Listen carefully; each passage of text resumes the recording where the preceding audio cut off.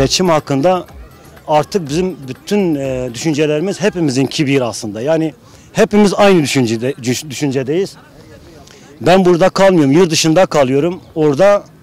Orada baya bir nasıl diyeyim, gerek buradaki ülke için sıkıntıları var. Yani ülkenin gidişatı, gerçekten memnuniyetsizlik var, büyük bir kriz var, sıkıntılar var. Bu sıkıntıları aşmak için farklı bir hükümet ya da farklı bir projenin olması lazım. Yani ülkenin geleceği için.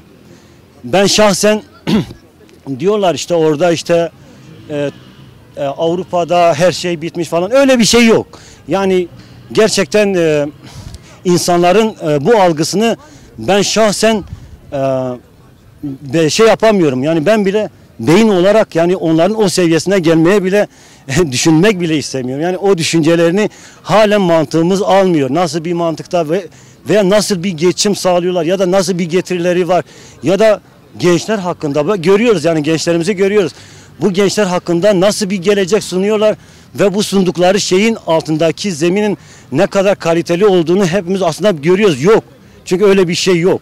Olmadığı için şimdiye kadar onları işte farklı şeylerle onları oyalama süreci, işte ne bileyim yani muhafazakar kesimi ortaya koyup onların din duygularıyla oynamak, aslında önemli olan onlar değil artık. Çünkü bunları aşmamız gerekiyor. Her konuda. Bugün bakıyoruz yani gerçekten insanlarımız ne kadar da, yani milletin şu an birbirine karşı bir sıcaklığı yok. Çünkü o şey kalmadı. Çünkü insanların cebinde ekonomik olarak para yok. Alışveriş yapamıyorlar. Nasıl diyeyim size, yani gerçekten çok kötü bir durumdayız. Yani ekonomik olarak bunu bitirmemiz gerekiyor. Yani bu hükümetin değişmesi şart. Biz orada yaşıyoruz, evet tamam, orada çalışıyoruz. Gerçekten biz burayı düşünüyoruz. Halkımızı düşünüyoruz. Bugün şahsen ben yeni Sol Parti için gerçekten çalışma da yapıyorum. Ama orada ama burada bizim geleceğimiz, yani bizim şeyimiz HDP'dir. Umudumuz odur. Her kim ne diyorsa. Buradan bütün gençlere de sesleniyorum. Gerçekten buyurun bizim partide yer alın. Geleceği, önümüzü görelim. Hep birlikte aşalım. Bu siyasi tutsaklarımız olsun, diğer arkadaşlarımız olsun. Bugün haksız yere onlar cezaevinde yatıyor. Gerçekten bunu vicdan bile kabul etmiyor. Biz buna yeter diyoruz, dur diyoruz. Kiminle beraber olacağımızı biz kendimiz zaten biliyoruz. Bugün bir duruşumuz var. Biz o duruşumuzu ortaya koyuyoruz. Hep birlikte bunu başaracağız. Yeni bir hükümet, yeni bir iktidar, yeni bir Türkiye için diyoruz.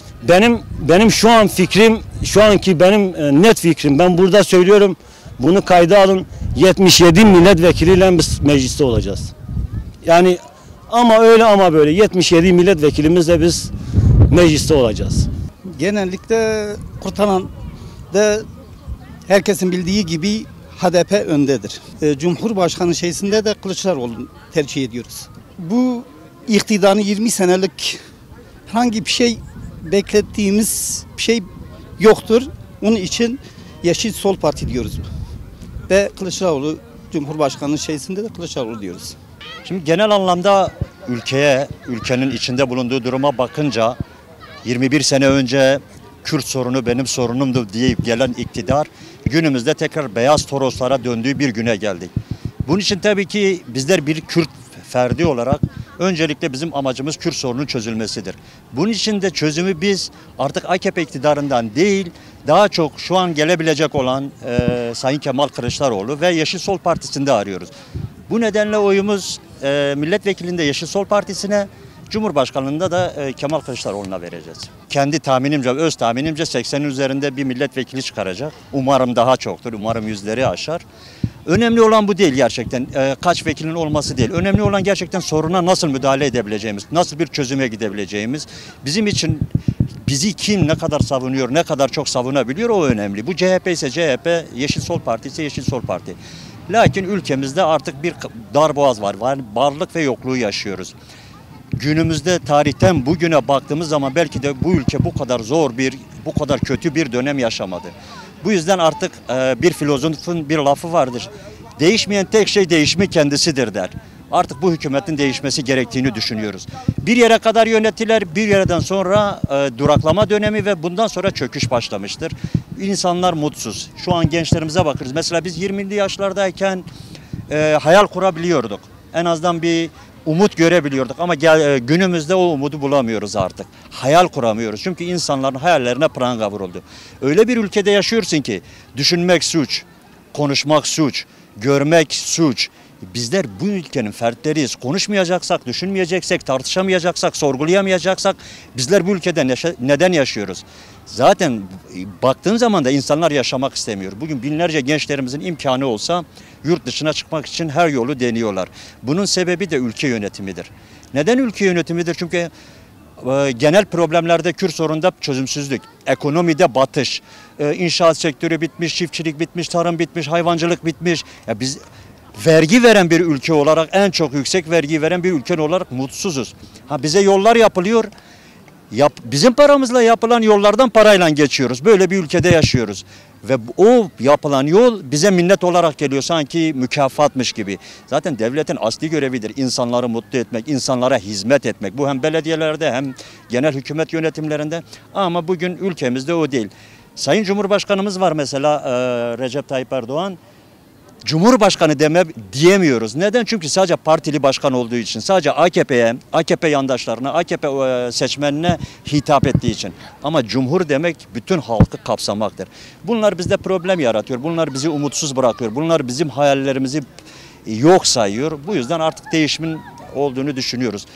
İlçemizde de Kurtalan'da da büyük ihtimal %70 Yeşil Sol Parti, %76-77 de herhalde Sayın Kılıçdaroğlu çıkacak diye düşünüyorum. Herkes kendinden sorumlu. Herkes kendi yaşamını göz önünde bulundurması gerekiyor ve kendi cebine bakması gerekiyor. Bugün bizler nasıl yaşıyoruz? Hangi standartlarda yaşıyoruz?